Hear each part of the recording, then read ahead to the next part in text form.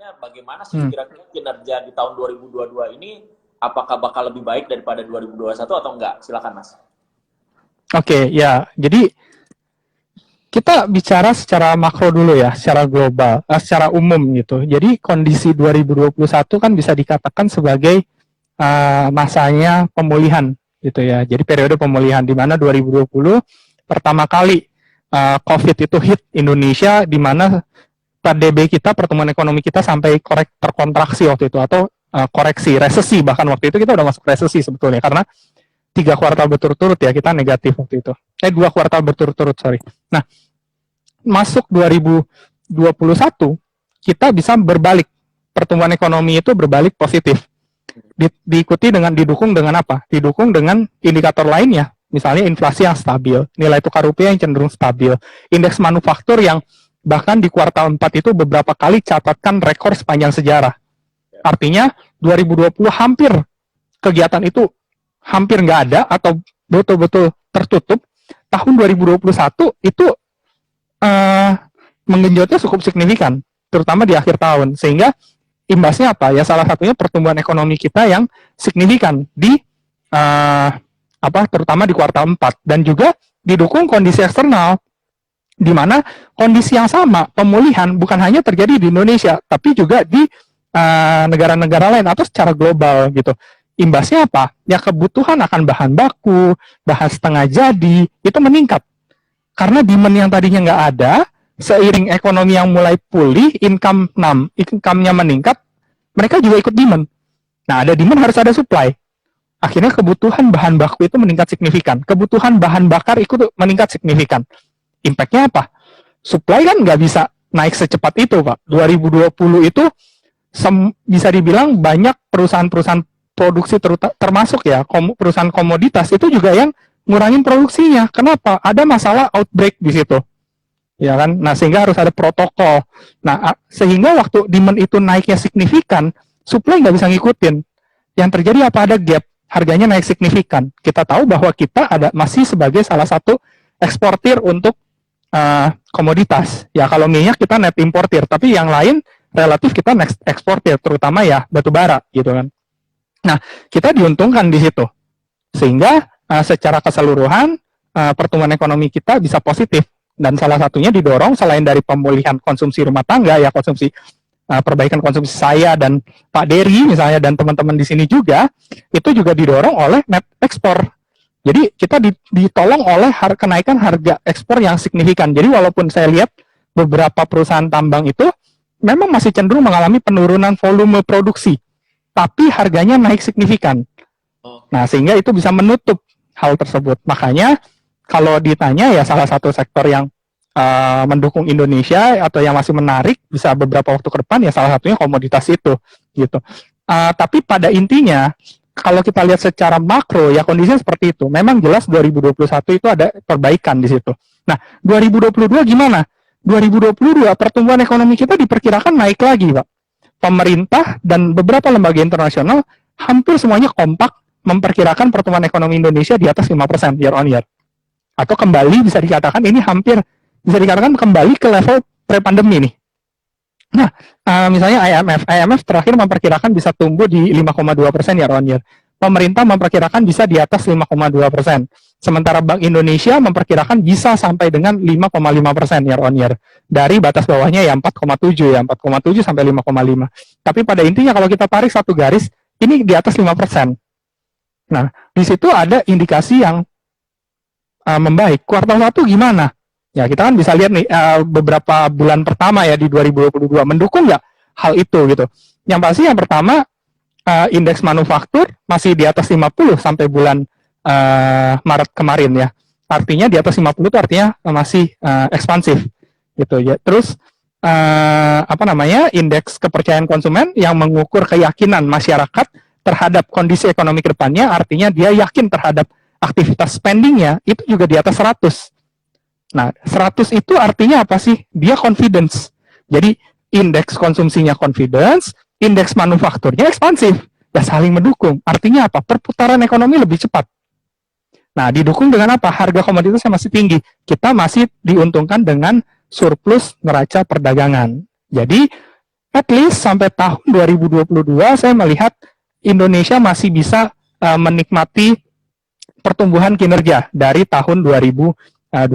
Tapi memang mungkin ada beberapa sektor yang tahun kemarin itu booming, nah mungkin tahun ini akan tergantikan kembali dengan sektor yang lebih konservatif karena arahnya mulai kembali ke pre-pandemi.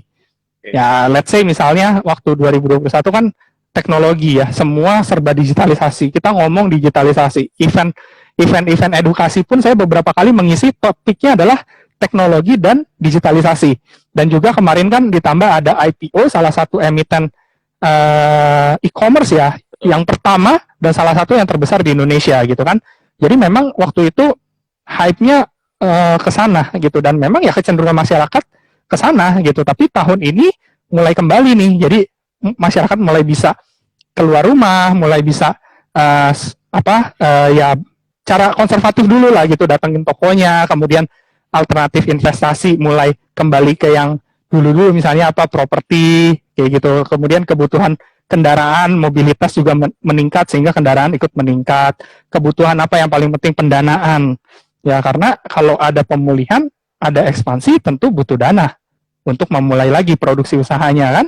Nah, salah satunya kemana? Misalnya ke bank gitu. Dan sekarang pilihan bank syariah pun lebih banyak. Saya punya beberapa pilihannya, at least ada 2 yang menurut saya cukup menarik di antara bank-bank syariah di Indonesia gitu. Jadi pilihan udah semakin banyak buat kita sebagai seorang investor syariah. Kalau dulu bank itu kan riba, nggak masuk syariah. Kalau sekarang pilihan bank syariah jauh lebih banyak dibandingkan waktu mungkin 2-3 tahun lalu, waktu saya pertama kali bareng Pak Dery mulai edukasi syariah gitu. Nah, jadi intinya seperti itu sih, Pak. Kita masih punya optimisme, walaupun ya challenge pasti ada lah. Di luar negeri belum selesai sekarang kan, soal perang Rusia-Ukraina, belum ada titik ketemunya gitu kan. Kemudian juga di Amerika, Eropa semua lagi mengalami inflasi, ya imbasnya ke Indonesia juga nih.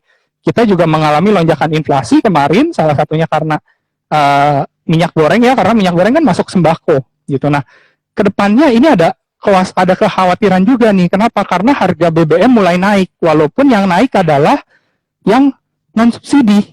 Ya, pertama. Nah, yang berbahaya atau yang bisa berdampak signifikan ke inflasi kalau yang naik itu nanti yang subsidi. Nah, itu karena waktu itu kan pernah beberapa tahun lalu ya terjadi kenaikan harga BBM subsidi dan imbasnya memang ke inflasi cukup signifikan, dan biasanya kalau inflasi naik signifikan itu juga akan menekan pertumbuhan ekonomi. So, yaitu challenge-nya tentu masih ada, tapi at least secara gambaran umum kondisi 2022 ini masih at least cukup, masih bisa dikatakan cukup menguntungkan lah untuk Indonesia gitu. Itu yang saya lihat sih, Pak Dery. Oke, bagus sekali ya teman-teman. Jadi tadi sudah disebutkan bahwa sebenarnya kita kerja sama-sama Fitra jalan sejak pertama, malah sejak 2018.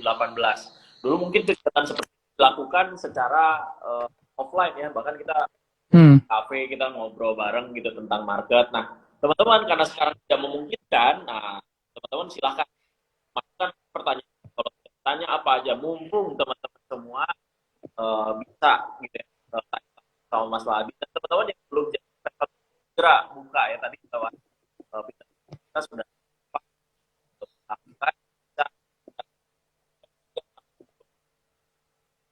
sudah jelaskan sama Mas 2020 beberapa data dan teknologi ini lumayan gitu ya, lumayan memberikan katalis yang positif gitu. Kira-kira di tahun 2022 sektor apa yang tadi Mas Wadi bilang konservatif tuh, kira-kira khususnya sektor apa yang kira-kira bisa akan muncul gitu di tahun ini? Oke. Ya, kalau untuk awal-awal ya, di at least first half sampai mungkin masuk kuartal, ya terutama first half sih saya lihat, kelihatannya tambang dan yang berkaitan dengan komoditas masih bisa jadi topik sih ya untuk saat ini. Gitu, karena walaupun harganya fluktuatif ya, tapi dibanding tahun 2021 bahkan, ya kondisi harga-harga komoditas relatif masih di atas. Dan dibanding 2020 jauh gitu. Jadi masih ada keuntungan dari situ, walaupun sekarang kondisinya fluktuatif harga itu karena mengikuti perkembangan dari salah satu pemicu lonjakan kemarin, yaitu perang Rusia dan Ukraina. Jadi memang waktu itu kan naiknya signifikan sekali, Pak. Harganya itu naiknya bisa dikatakan bukan lagi kenaikan, tapi udah lonjakan. Nah, sekarang itu lonjakannya mulai tertutup, tapi masih tetap fluktuatif di level tinggi. Artinya ada net atau ada gap yang masih cukup lebar, dan itu masih bisa dimanfaatkan oleh saham-saham komoditas. Gitu ya, karena ya sekarang di Amerika itu indeks manufaktur pun masih di atas 50, Eropa pun masih seperti itu. Jadi at least untuk jangka pendek ini demand untuk komoditas itu masih cukup tinggi. Nah, yang jadi problem adalah kalau seandainya perang ini berlarut-larut, jadi nggak ada titik temunya dan itu akan mengganggu supply secara keseluruhan. Jadi walaupun energinya ada, listriknya ada, istilahnya gitu ya, tapi bahan bakunya nggak ada. Oke. Atau misalnya pabrik kita ngomong pabrik handphone misalnya, pabrik handphone, pabriknya ada, komponen lain baterai, layar semua ada, listrik aman, tapi chipnya nggak ada. Karena apa? Karena yang produksi chip ada kelangkaan bahan baku nih. Nah, yang terjadi apa? Ya tetap nggak bisa produksi, gitu kan? Jadi ini sebenarnya saling berhubungan dan ketika ini bisa membaik, ini bisa jadi sentimen yang lebih positif, gitu. Nah, untuk keseluruhan Indonesia juga tentunya bisa lebih positif ya, karena ya demand yang tinggi itu kan membantu kinerja ekspor kita, gitu. So, menurut saya satu komoditas at least untuk masuk Q2 atau semester 1 itu masih menarik ya, terutama di yang berkaitan dengan energi, misalkan batu bara, kemudian yang basic materials, di situ ada Antam, ada Inco, Tins, itu masih bisa diperhatikan gitu ya. Jadi saat ini masih bertahan di atas, jadi trading atau ya saat ini masih sideways, tapi trennya kan masih bullish, itu bisa diperhatikan, ditambah kinerja tahun 2020 21 yang cukup luar biasa kenaikannya, kemudian ada rencana pembagian dividen, kemudian juga tahun 2022 awal kelihatannya kinerja positif masih bisa berlanjut gitu, karena pertama walaupun harga fluktuatif tapi volume produksi trennya mulai membaik. Yang kedua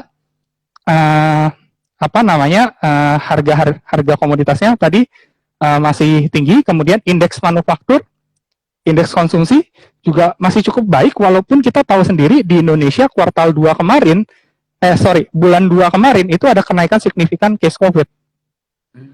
Nah, ternyata kegiatan manufaktur dan kegiatan konsumsi indeksnya itu masih tinggi. Itu yang artinya kita cukup tahan nih terhadap COVID-19 sekarang gitu ya. Ya karena mungkin udah vaksinasi 70% dan lain sebagainya. Nah, yang kedua, sektor lainnya yang bisa diperhatikan saat ini adalah perbankan. Ya, karena cukup resilient terhadap COVID waktu kemarin ya, ada perlambatan, memang dia kena impact, tapi saat ini kinerjanya masih cukup positif, rata-rata mencatat pertumbuhan laba gitu ya. Dan dulu pun kita pernah merasakan hal yang sama. Sektor ini sempat tertekan, NPL itu naik signifikan, kalau masih ingat tahun 2013-14 itu ya. Karena nilai tukar rupiah kita melemah tiba-tiba, itu karena ada pengetatan The Fed, dan hal yang sama berulang nih sekarang. Tapi bedanya kalau dulu itu tiba-tiba kita shock, kalau sekarang ini kita jauh lebih siap. Sehingga apa? Nilai tukar rupiah relatif stabil di 13.400 sekian. Padahal The Fed udah mulai menaikkan suku bunganya. Artinya ya sektor perbankan masih cukup strong terhadap hal tersebut.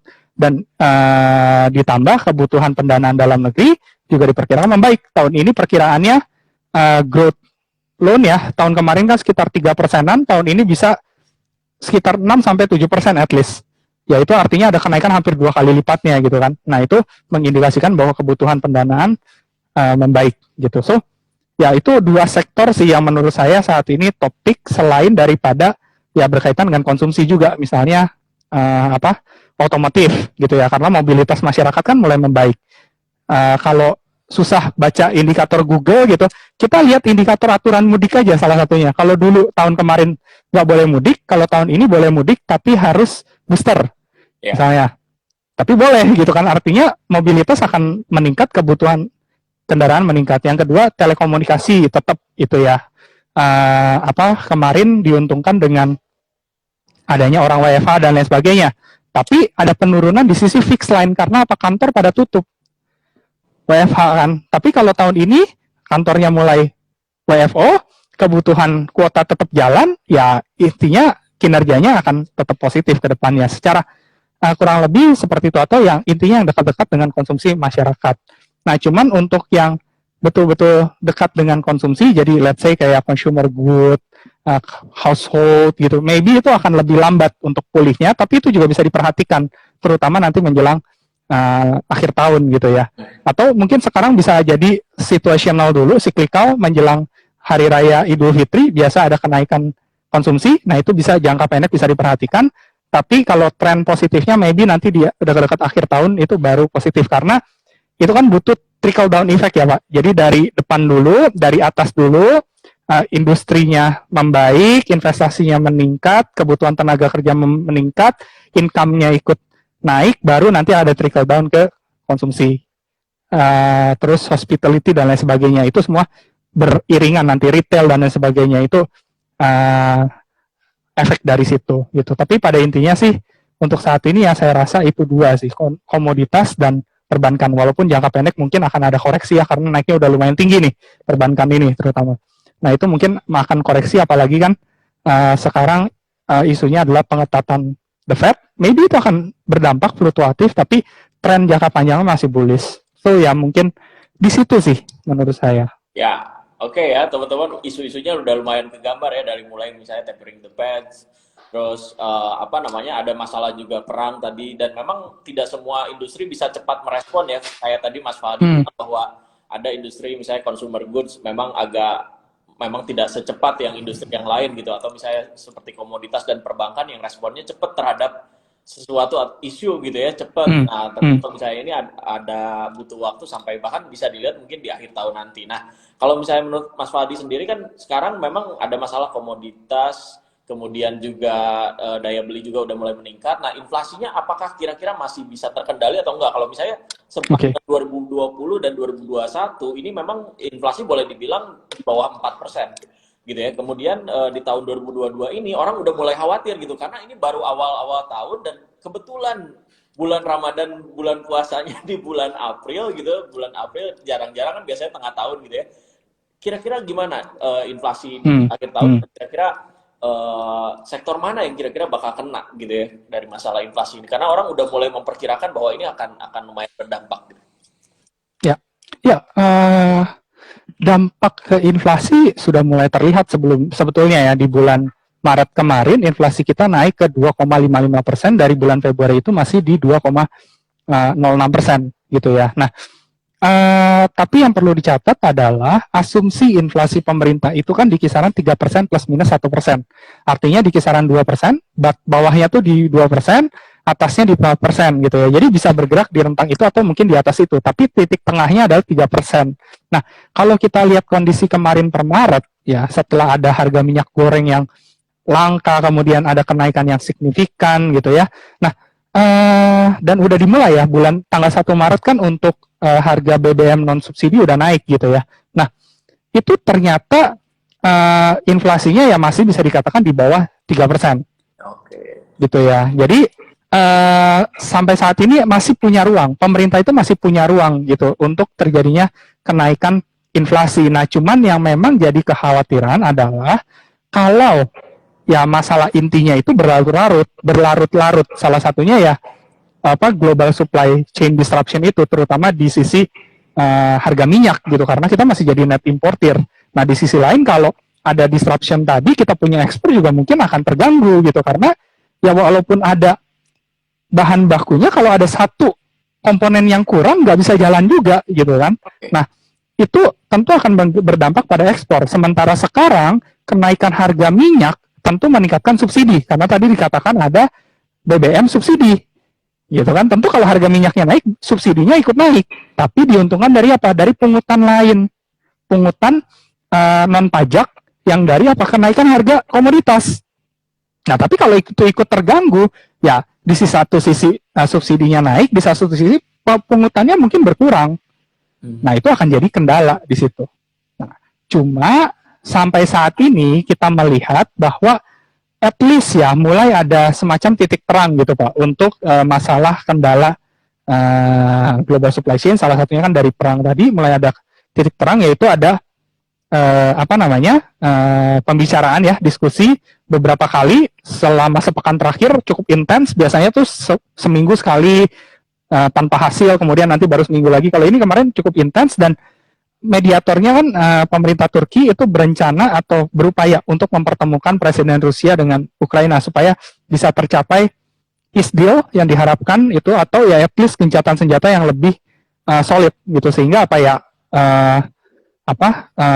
imbasnya mungkin sanksi bisa mulai dilepas dan lain sebagainya, sehingga ya supply disruption ini bisa berkurang.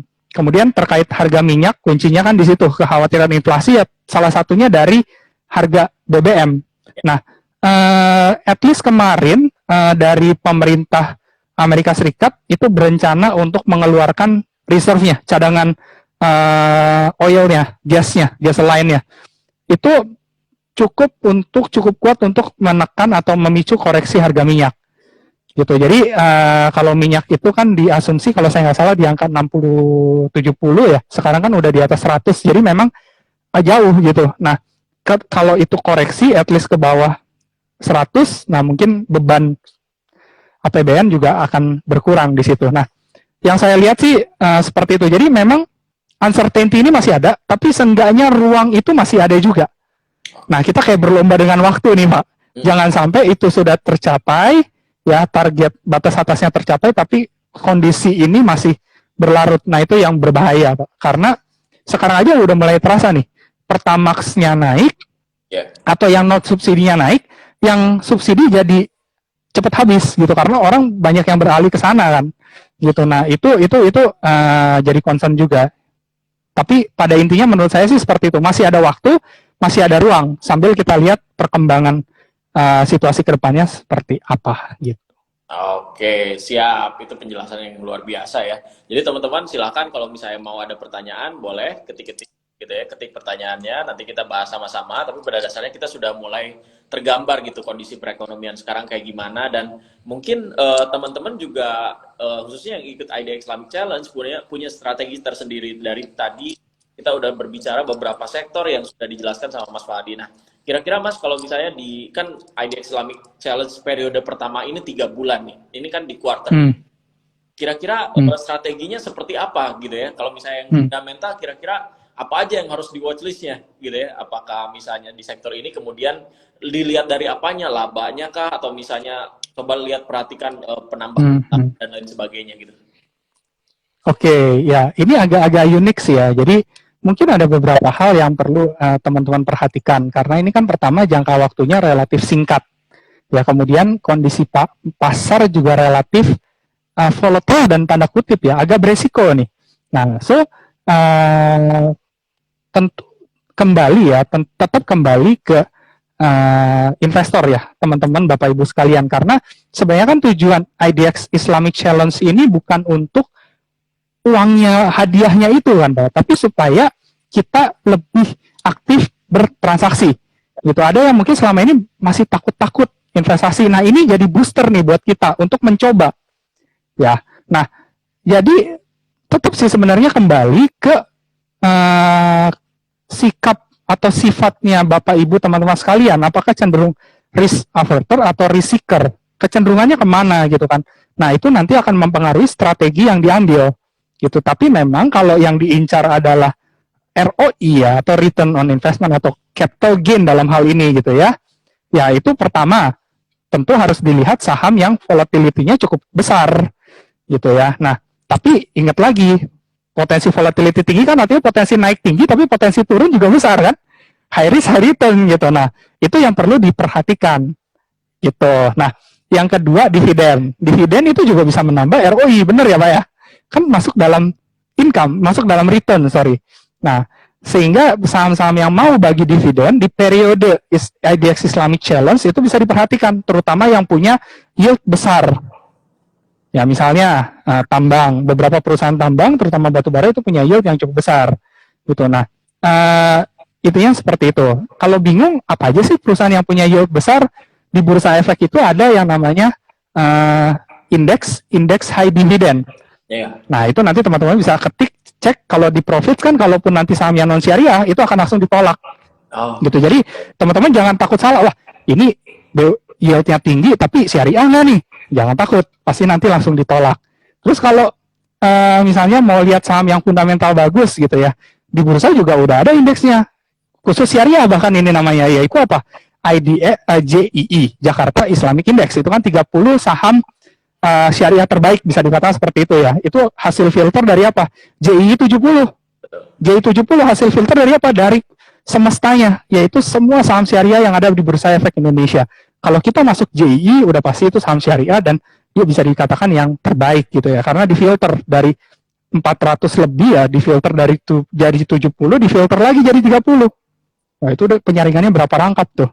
Nah, kurang lebih seperti itu. Mungkin kalau mau perhatikan saham-saham blue chip, bisa diperhatikan di situ. Kemudian nanti lakukan apa lagi? Ya, kita lakukan perbandingan. Karena nggak semua saham 30-30-nya itu bagus gitu kan. Kita bisa lakukan perbandingan.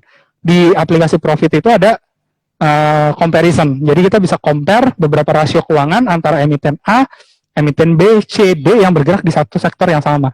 Nanti kita bisa dapat satu saham yang terbaik di sektornya. Nah, kita bisa masuk ke situ. Gitu. Itu caranya seperti itu. Jadi kalau menurut saya sebetulnya kembali lagi sih ya, tetap ke kecenderungan pelaku pasar atau teman-teman Bapak Ibu sekalian tuh seperti apa, risk seeker atau risk averter.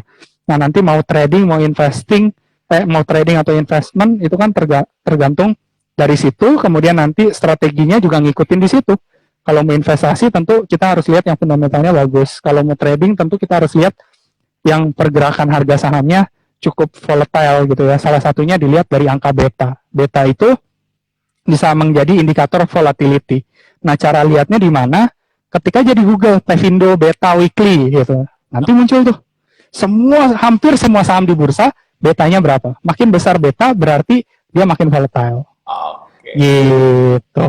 Kalau di atas 1 artinya dia lebih volatile daripada IHSG. Jadi kalau IHSG naik 1%, dia mungkin naik 1, sekian persen. Gitu. Intinya gitu sih.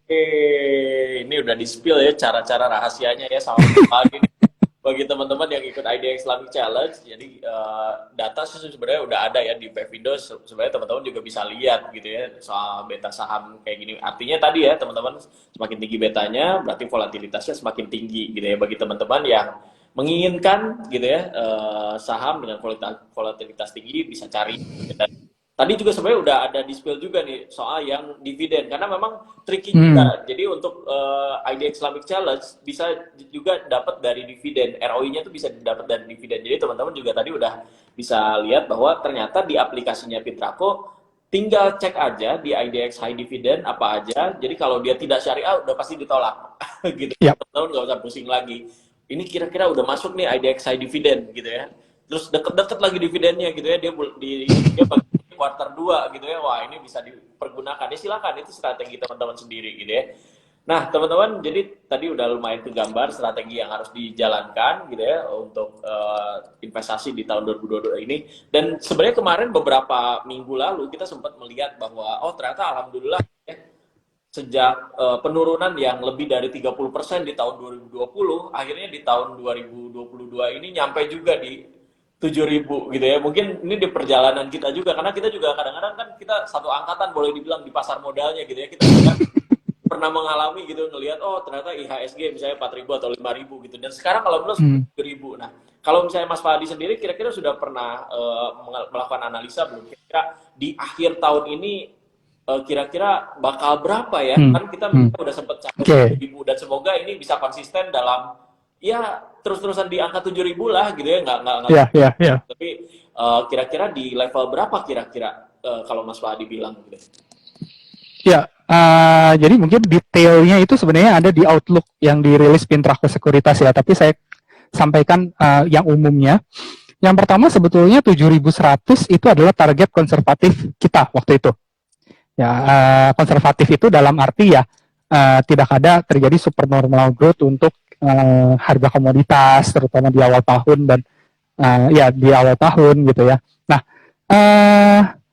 kalau target optimisnya, jadi range atasnya itu sampai dengan 7.400. Ya, jadi kalau divalidasi dengan teknikal pun masuk. Jadi kalau kita tarik mundur, teknikal itu sebetulnya ada pola menyerupai flag, dan sampai sekarang pun kelihatannya masih membentuk flag itu. Dan kalau ditarik target price-nya ya berdasarkan pola itu, kita dapat range antara 71 sampai 71 sampai 7488 kalau saya nggak salah. Jadi sedikit di atas target atas kita yang 7400. Nah, salah satu pendorongnya apa ya, dari supernormal growth untuk terutama di saham-saham komoditas tadi, yang saya rasa masih, yang kita perkirakan masih bisa berlanjut di tahun ini gitu. Jadi seperti itu sih Pak. Nah, ini makanya unik juga nih, target 71-nya baru 3 bulan sudah tercapai. Ya, jadi memang ada kondisi khusus sih yang saya lihat ini mendorong kenapa 71 bisa tercapai di awal tahun. Ya, perang Ukraina dan Rusia itu salah satu pemicunya, katalisnya.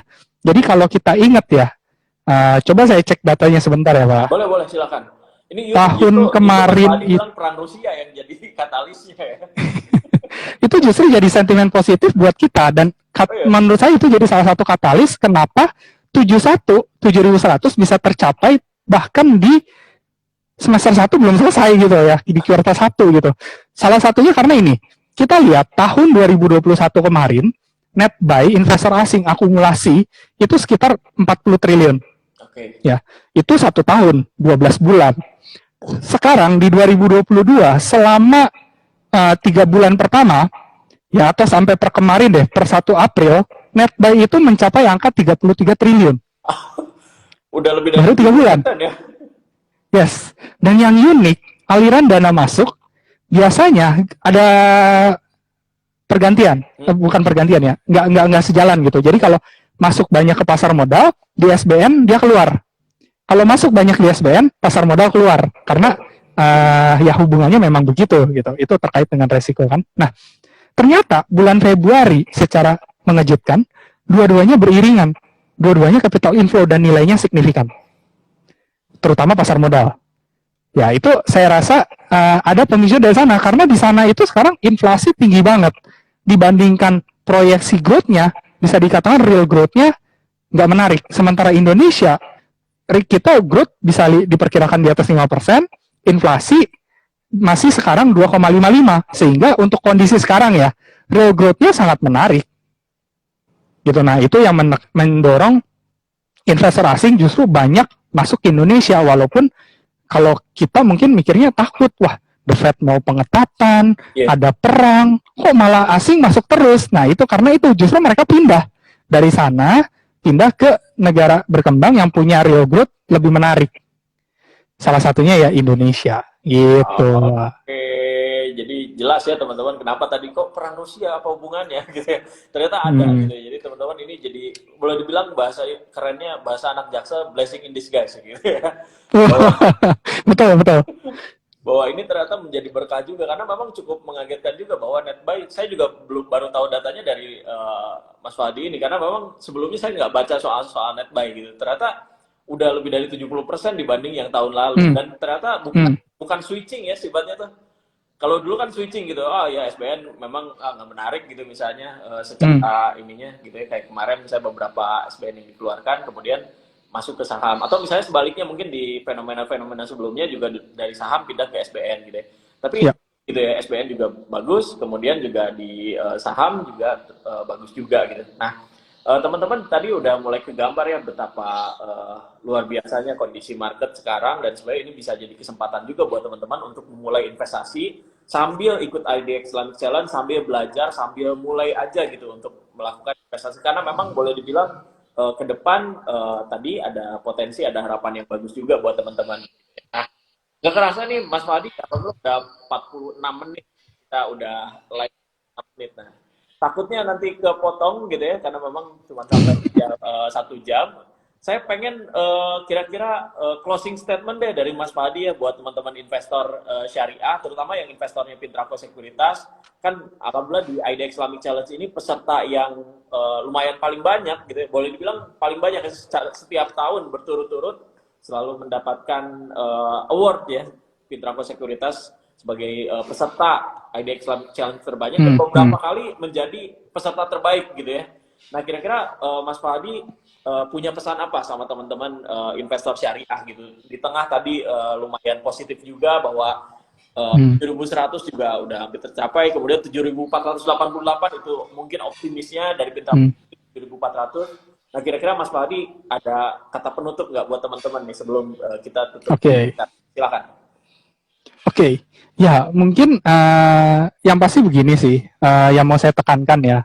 Jadi tujuan utama kita ikut serta Pak Dery juga mengadakan EDS Islamic Challenge, saya rasa pasti sama. Kita tujuan utamanya adalah untuk mendorong masyarakat, calon investor yang selama ini masih ragu untuk berani mengeksekusi ilmu pengetahuan yang sudah dimiliki, sudah didapat gitu ya.